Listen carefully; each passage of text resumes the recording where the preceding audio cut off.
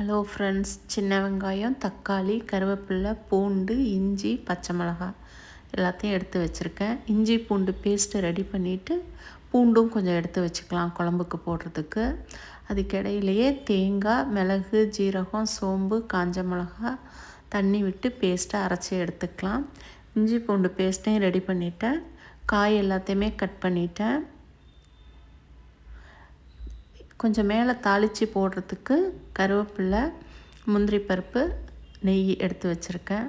இது எல்லாமே போடுறப்ப ரொம்ப நல்லாயிருக்கும். முந்திரி பருப்பு இல்லைன்னா தேங்காவை பல்லாக போட்டாலும் டேஸ்ட்டாக இருக்கும். ஒரு குக்கரில் எண்ணெய் விட்டுட்டு பட்டை, கிராம்பு, ஏலக்காய், கல்பாசி எல்லாமே போட்டுட்டேன்.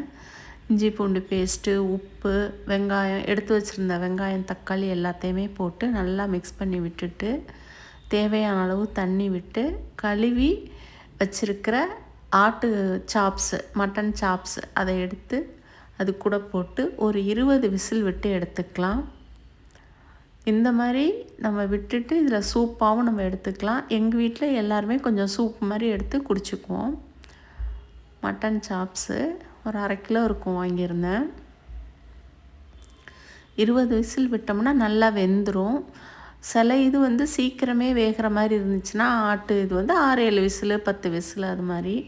அதுக்கிடையில் துவரம்பருப்பு வேக வச்சு எடுத்திருந்தேன். அந்த தண்ணியில் பருப்பு ரசமும் வச்சுட்டேன், சாதமும் வச்சுட்டேன். இதுவும் வெந்து வந்துருச்சு. இதை சூப் மாதிரி கொஞ்சம் எடுத்து கொடுத்துட்டு மீதியை குழம்பா வச்சுக்கலாமே அப்படின்ட்டு ஒரு கடாயில் மாற்றிட்டேன்.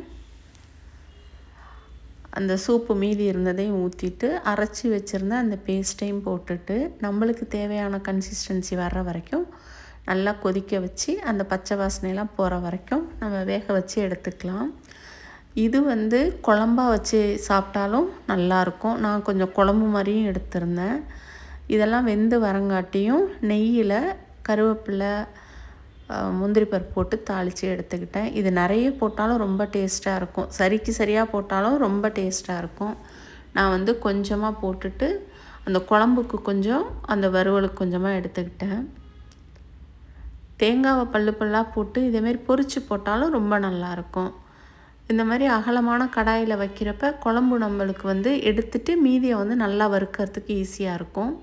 நான் குழம்புல கொஞ்சம் போட்டுட்டேன். அந்த மீதியை அந்த வறுவல்லையும் போட்டிருந்தேன். இது பருப்புக்கு இந்த ட்ரையாக பண்ணதை தொட்டுக்கிட்டு சாப்பிட்றப்ப ரொம்ப நல்லாயிருக்கும். கொஞ்சம் எக்ஸ்ட்ரா ஆயிலும் விட்டாச்சு.